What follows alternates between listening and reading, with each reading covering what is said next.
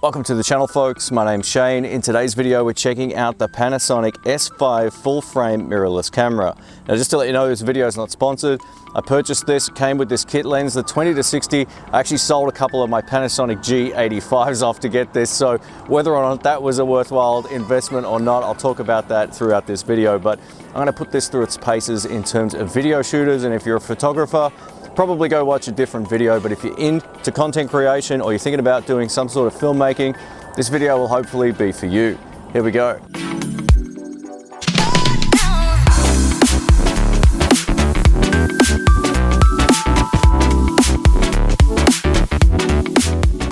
When I first picked up the Panasonic S5, it actually made me smile. A lot of people say that this feels better in the hand than the GH5.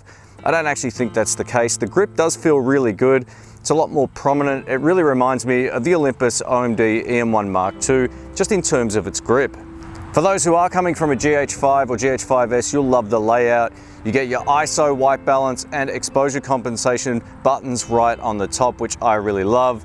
We get a shutter button over here, as well as a nice big red record button. Now, I love the simplified dial over here, but just notice, if you can probably tell, it doesn't have a lock function button on the top. Now, this feels very, very sturdy and it's quite hard to turn, so I don't think you're ever going to knock that accidentally. When it comes to the button placement on the back, everything is where it should be, except the display button is now down here as opposed to sort of up on the right-hand side over here.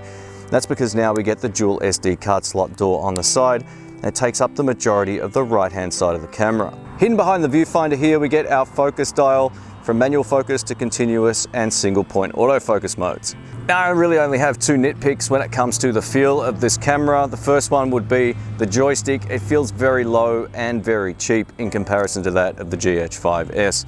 I much prefer the rubber feel and having a little bit more height on this particular joystick, but it is what it is. That's one of the trade-offs when you go for an entry-level camera. They kind of cut corners on stuff like this.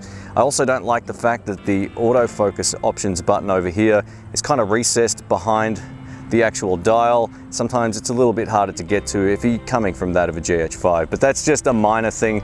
I think the biggest complaint here would be this joystick. It just doesn't feel quite as nice to use. If you're a solo content creator, you'll love the fact we get a fully articulating touchscreen, and this works great. You can also see it fairly easily in the outdoors, with the exception of focus peaking. They need to enhance focus peaking, so it's a lot easier to see. But overall, the LCD display, I have no problems with it whatsoever. Interestingly enough though, the EVF is lower resolution than the GH5, and that's where they've cut another corner just on the EVF resolution. But it's better to have an EVF than to not have one, especially if you're shooting a lot outdoors in the bright sunlight. That being said though, the EVF can now support up to 120 frames per second, which is something that the GH5 can't do. When it comes to the new battery provided with the Panasonic S5, we get a BLK22, which is rated at 2200 milliamp hours. As you can see, there's also new terminals on the top. This battery will actually work in a GH5 and power it longer, but you can't use GH5 batteries in the S5, so just keep that in mind. If you've got a whole bunch of GH5 batteries, you're still going to need to go out and buy a few more of these. On the left side of the camera, we have a USB-C port over here, which can be used to charge the battery internally and to also power the camera, provided that the battery is in here. Then we come to the biggest problem I have with the camera, this micro HDMI port. These things absolutely suck. The only saving grace is that via this micro HDMI port, you can go out and record up to 5.9K over HDMI. So it's got that going for it, but I can't stand these ports.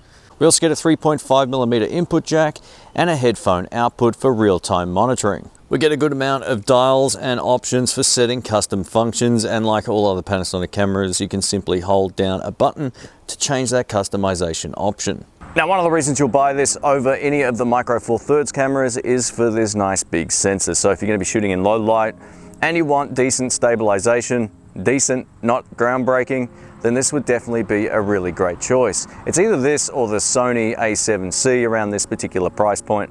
I really feel like this is a far better camera just based on the frame rates that you do get. Now, if you're looking for consistent and repeatable autofocus, this is a good choice, but nowhere near as good as Sony's A7C. Now, one of the things you'll love is the fact the body is as small as it is, coming in at 714 grams. But my issue with the hype behind how small this is that all the lenses are really quite large. So once you get the lens on here, The entire package isn't smaller than that of a GH5 with an equivalent lens. So if you're looking to get into this to have a nice, light, compact travel rig, it's nice, light, and compact compared to that, let's say the S1H with those really big lenses. So just keep that in mind. Overall, I wouldn't take this over my GH5 in terms of just a straight up travel camera unless I was shooting a lot in low light, because once you get the lens attached, the entire thing isn't any lighter, nor is it any smaller than the GH5. Take a look at this thing, it is huge. Now let's talk about the recording limitations, codecs, and frame rates. So one of the great things about the latest firmware for the Panasonic S5 is that we now have DCI 4K, but it's not 24 Hertz. It's still technically 24 frames per second, but it comes in at 2399. So if you're a diehard 24 Hertz fan, you're not going to get that in this camera. Now, additionally, if you're coming from the world of a GH5 or GH5S or any other camera with unlimited recording time, the S5 places caps on all higher frame rates as well as all 10-bit modes. So if you want unlimited recording, you can get it, but only at the 8-bit 25 or 30p options. When it comes to the video quality out of the Panasonic S5, this delivers on all fronts. I love having 10-bit codecs in just about every option. Not only that, we get great slow motion. Up to about 150 frames per second is its sweet spot. And then as you get beyond that, it starts to look a little grainy. But the slow motion straight out of camera with this is on par with the Fuji X-T4, which up until now is the best slow motion I've seen straight out of a camera. The GH5S is really good as well when it comes to those higher frame rates, but I'm just going to give the edge to the S5 just in terms of quality. So if you're going to be doing varied and different kinds of video shoots, this will definitely deliver.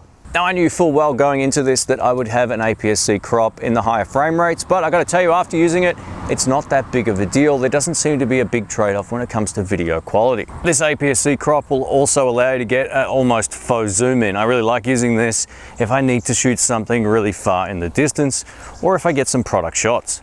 If you're a filmmaker, you'll love the fact you get the full Vlog installed in the S5, as we get Vlog L in the GH5S, and it's a paid upgrade for Vlog L in the GH5, so that's great that it's in here. Now, I did a test out here in the park, testing out the dynamic range. Interestingly enough though, after comparing it with the GH5S out here in the park, I couldn't tell a difference. So Vlog over Vlog L, supposedly you can get a couple of extra stops out of it, but I just didn't see it in my test results. Now, I'm sure if you're watching this video, odds are you want to know my thoughts on the Panasonic autofocus in the S5. This is by far the best autofocus that they've ever had in any of their cameras that I've personally owned. I would trust this far more.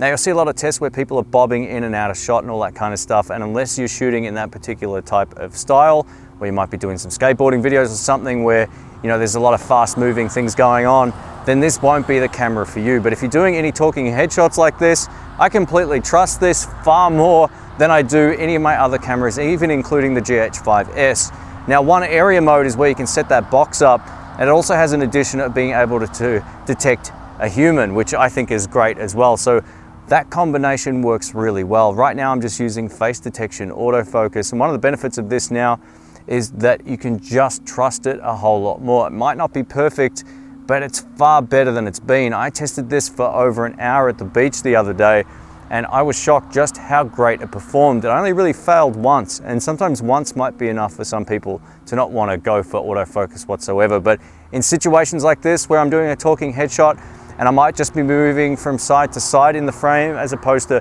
bobbing up and down and running back and forth, this will work for me. Now, I've got it set to a lower sensitivity, which allows it to kind of like lock on a little bit better.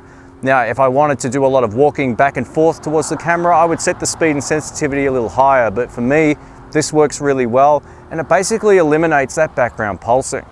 Up next, we're going to check out one area autofocus mode. So I've got a box right over my chest. It's also detecting my face in the frame. So I'm just going to walk forward and stop about here and see how long it takes to actually catch up. Odds are it's done it pretty well. It's not going to be as smooth as my Olympus OMD EM1 Mark II, which has phase detection autofocus. If you missed that video, I'll link it up here. It's definitely not going to be as good as the Sony cameras in terms of autofocus, but it works fine for doing these type of videos. So if you're going to be doing something outdoors where you're going to be addressing the cameras, or even sitting at a desk, this would be a really great choice. I'm using Vlog right now, and I've had no problems with it maintaining focus. Up next, we're doing a low light test in the beautiful city of Melbourne at like 1 a.m. I'm an absolute madman. There's a story behind that. I've got the ISO set to 6400, so you can get pretty great low light results at this particular ISO, and you can pretty much ramp it up to 8000 without any problems at all.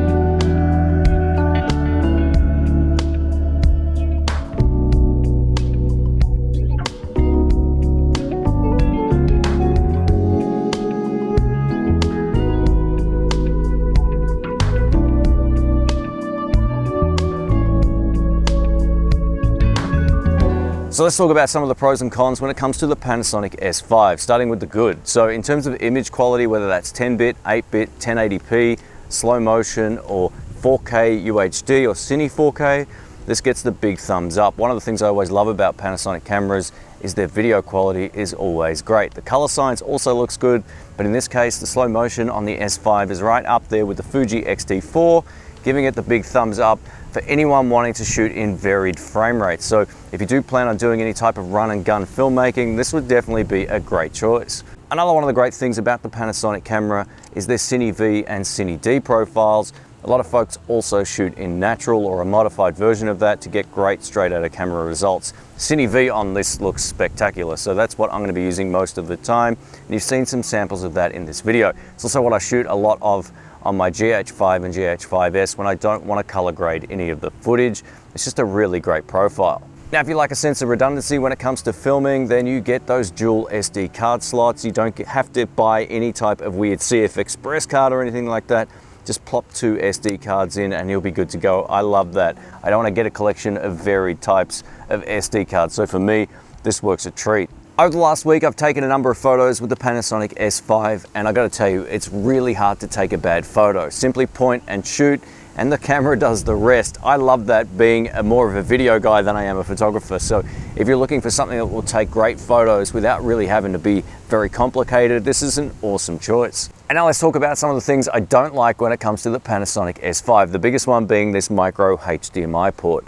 This is an absolute disgrace, and Panasonic should be ashamed of themselves for putting this in any modern camera.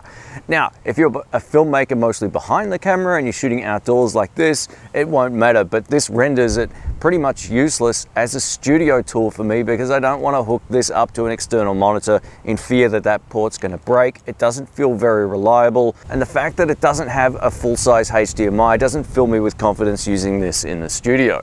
Maybe the most important deciding factor would be lens selection. As of right now, Panasonic don't have a whole lot of primes.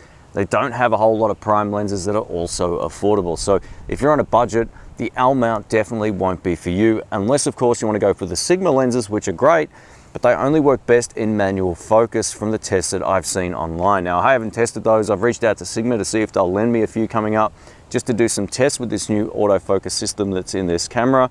But as of the tests that I've seen, the native lenses, the native Panasonic ones, work best if you're relying on autofocus at all. Now, the autofocus isn't great, but it's far better in this camera than it's been with this kit lens. Again, you're gonna have to stick to Panasonic lenses to get the most out of that. At the end of the day, who should purchase the Panasonic S5? So if you're coming from something like the G85, this is definitely a worthwhile upgrade. If you're coming from something like the GH5S or GH5, I don't really see it being that much of an upgrade unless low light performance is something you can't live without. And in that case, the GH5S is still a very, very viable option. I'm going to do an A/B comparison video between the GH5S and the S5 when it comes to low light. So don't forget to subscribe for that if you want to see that. But in terms of who this is best suited for, I would say it's for people who want to do handheld footage, maybe those who also want to do low light footage. It can be used in a solo content creator sort of standpoint as well, much in this particular way where the camera is just in autofocus, but you are limited to those one area modes. So as long as you're not bobbing up and down or expect too much out of the autofocus, it's going to work, which is something that can't be said for a lot of their other cameras. So Panasonic did some really great things with this, and it will appeal to the right crowd, but I really feel like it's a limited studio tool thanks to that micro HDMI port, or not thanks to it. Micro HDMI port sucks. So yeah, for me, that's a deal breaker in the studio, but for outdoor use like this has basically replaced my G85. Thanks again for watching, folks. My name's Shane. If this video has been helpful, please give it a thumbs up. If you have any questions or comments about the Panasonic S5 full frame mirrorless camera, please let us know in the comments section, and I'll get back to you as soon as I can. Thanks again for watching. Catch you soon. See ya.